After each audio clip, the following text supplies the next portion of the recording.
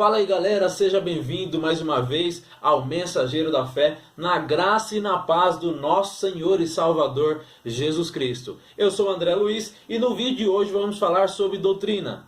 Isso mesmo, doutrina. Será que um assunto polêmico? Não, eu acho que não, mas mais um assunto edificante e gracioso para a nossa fé. O que é a doutrina? Qual é o seu valor, qual é a sua natureza e quais as suas implicações práticas para a nossa vida? Fique aí, que é logo depois da vinheta.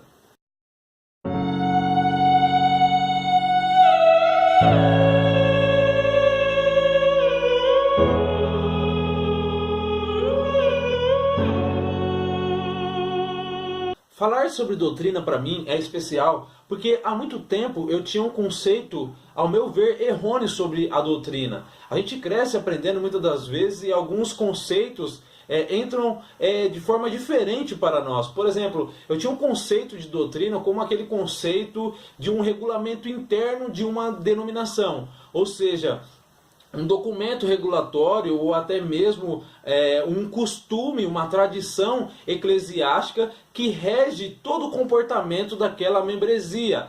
A crença e o comportamento por si só, chegando até as vestimentas, o modo de se comunicar e tudo mais. Mas estudando verdadeiramente sobre doutrina, nós vamos ver que falar sobre doutrina, ou conhecer doutrina, ou o que é doutrina, vai muito mais além disso. E isso é maravilhoso. Eu digo isso porque, assim como eu, muitas pessoas já tiveram essas dificuldades e têm essas dificuldades até hoje. Ou seja, como que esses regulamentos internos, esses conhecidos como doutrinas, eles se relacionam com as escrituras. Muitas das vezes são conhecidos como estatutos, ou RI, que seria o próprio regulamento interno, ou a própria tradição eclesiástica da igreja, o próprio estilo de pregação que ali é determinado, o próprio ensino que é ensinado nessas denominações. Muitas das vezes, ao confrontar individualmente com as escrituras,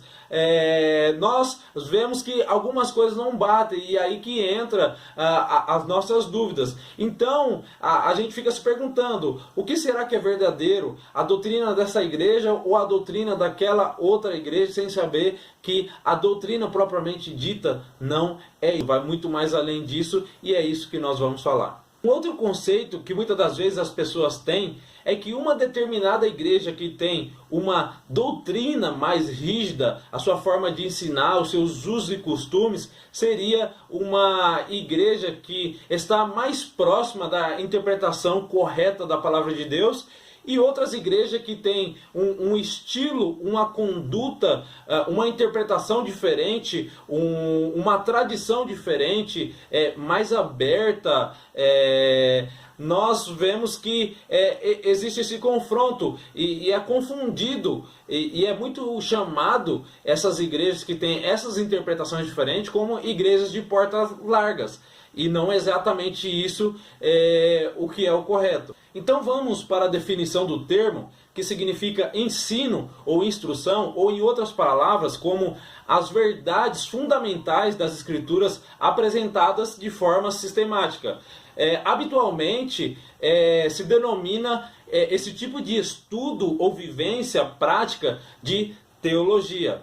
Ou seja, um tratado ou um discurso racional baseado nas escrituras acerca de Deus e da sua vontade para as nossas vidas.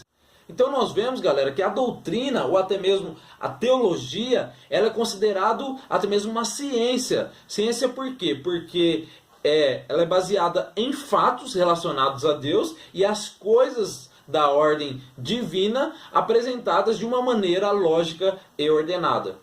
E uma pergunta muito comum existente quando nós falamos sobre doutrina, quando falamos sobre teologia e religião, é qual a relação existente entre teologia e religião. E nós vamos ver que a religião são atividades que levam o homem a se ligar a Deus, a se interagir com Deus, ao passo que a teologia são atividades que levam o homem a conhecer a Deus e a sua vontade para as nossas vidas. E quando nós discutimos sobre isso, nós chegamos à conclusão de que tanto a religião quanto a teologia, elas devem coexistir na verdadeira experiência cristã, e isso é maravilhoso. Contudo, galera, nós vamos ver que na prática, muitas das vezes, elas se encontram tão distanciadas que é possível você ser um teólogo sem ser religioso. E também é possível você ser religioso e não possuir nenhum conhecimento sistemático a respeito de Deus e da sua vontade para as nossas vidas. Então, galera, dentro desse contexto, Meyer Pearman, ele vai dizer que a mensagem de Deus ao teólogo é: agora que vocês sabem todas essas coisas, felizes serão se as praticarem. Enquanto ao religioso, a mensagem é: procure-se apresentar diante de Deus como um obreiro aprovado, que não tem de que se envergonhar e que maneja corretamente a palavra da verdade. Uma outra pergunta que surge nesse cenário, galera, é: qual a diferença entre doutrina e credo? Nossa, essa é uma pergunta que trava, porque é uma pergunta que eu tinha comigo desde a minha adolescência. Qual a diferença entre doutrina e credo? Então vamos lá. Doutrina, galera, é a revelação de Deus da verdade dele para nós conforme apresentada nas Escrituras, exatamente conforme está disposta nas Escrituras. Já um credo é a declaração do homem acerca dessa verdade apresentada de forma documental em um credo, ou seja, passa pela interpretação do homem, que é um ser humano errôneo, como qualquer um de nós. Então passa por essa questão de interpretação. E sobre credo, se eu não estou equivocado, a gente pode falar de formas gerais dos diversos credos que a gente assim chama que aconteceram na história da igreja cristã. Por exemplo, os concílios. Em 325 houve o concílio de Nicéia, em 381 o concílio de Constantinopla, em 421 o concílio de Éfeso, em 451 Calcedônia, houve também os vários sínodos.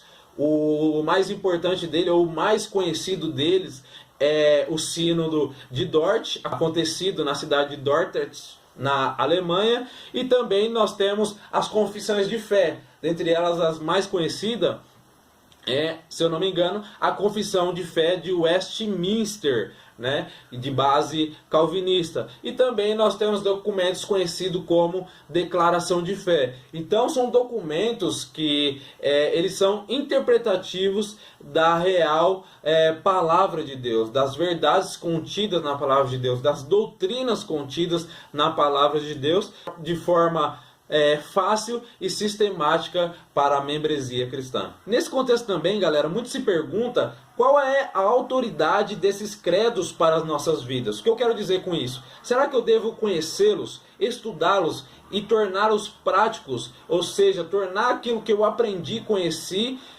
trazer para a minha realidade cristã? Então, geralmente, os teólogos eles têm a palavra de Deus, as escrituras, como a autoridade primária, os concílios da história da igreja como uma autoridade secundária e as declarações de fé ou confissões de fé como uma autoridade terciária. E eu diria que sim, devemos estudá-los, devemos compreendê-los, porque são estudos sistemáticos feitos por milhares de teólogos sobre a palavra de Deus de forma sistematizada. Então isso se torna muito importante, o compreendimento correto da palavra de Deus enquanto vontade de Deus para a nossa vida, enquanto o ser de Deus, o que é Deus, enquanto a vontade que Ele tem para a nossa vida, que seja executada e vivida de forma prática na nossa experiência cristã. Posto isso, galera, a próxima questão que vem é qual o valor da doutrina para a nossa vida prática. Meyer Pearman vai dizer que o conhecimento doutrinário ele supre a necessidade de haver uma declaração autoritária e sistemática sobre a verdade. Ou seja, quando nós conhecemos individualmente a doutrina, ou seja, os ensinos bíblicos, a vontade de Deus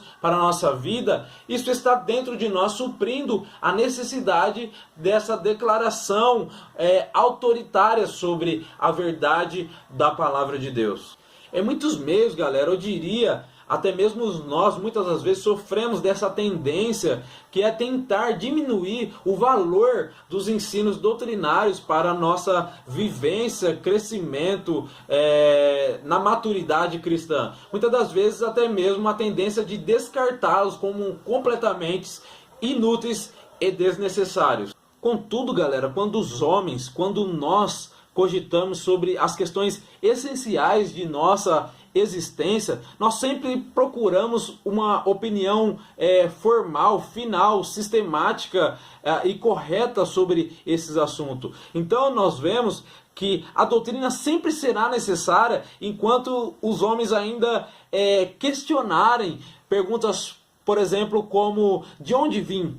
Ou quem sou eu? Ou para onde vou? Então concluímos que a doutrina ela é necessária porque ela vai suprir essa necessidade. Um dos exemplos, galera, de pessoas que despreza a existência da doutrina é aquelas pessoas que utilizam aquela frase: não importa o que a pessoa crê, o importante é que ela faça o bem. Nós vemos claramente que esse tipo de pessoa ela dispensa a doutrina, pois a julga totalmente irrelevante em relação à sua vida. Um exemplo simples para compreendermos isso, galera, é que haveria grande diferença no comportamento de uma tripulação de um navio que estivesse navegando rumo a um destino certo, enquanto outra tripulação de outro navio estivesse navegando à mercê das ondas sem o rumo certo. Então, meus irmãos, nós sabemos que a vida humana é uma viagem no tempo para a eternidade. E nós sabemos que as pessoas consideram extremamente relevante saber se essa viagem tem alguma importância ou se essa viagem não tem destino algum. É uma viagem sem importância, sem interesse, sem significado. Ou, por outro lado, se é uma viagem planejada por um Criador e tem um destino certo, e esse destino é a eternidade. E para ter esse conhecimento, essa sabedoria, nós temos isso através das doutrinas que nos levam a esse caminho. As doutrinas nos direcionam a esse caminho rumo a essa eternidade e a vida humana passa a ter significado, passa a ter importância e isso é o melhor de tudo. Muito bem, galera, ficamos por aqui. No vídeo de hoje falamos sobre doutrina, baseado nesse livrinho aqui, ó, do Meyer Pirma, recomendadíssimo, galera, editora Vida, recomendo que vocês adquiram, principalmente você que é jovem, iniciante na fé e tem uma longa caminhada para frente. Indico um dos melhores livros que eu já li até hoje, uma leitura fácil, um livro pequeno e bem fácil de compreensão. Com certeza você vai adorar, você vai se deliciar com a leitura desse livro e se desenvolver como um cristão. Então, muito bem, falamos sobre a definição de doutrina, falamos sobre o seu valor, a sua natureza para a vida cristã e outras questões mais. Ficamos por aqui, que Deus os abençoe e fique na paz do nosso Senhor e Salvador Jesus Cristo.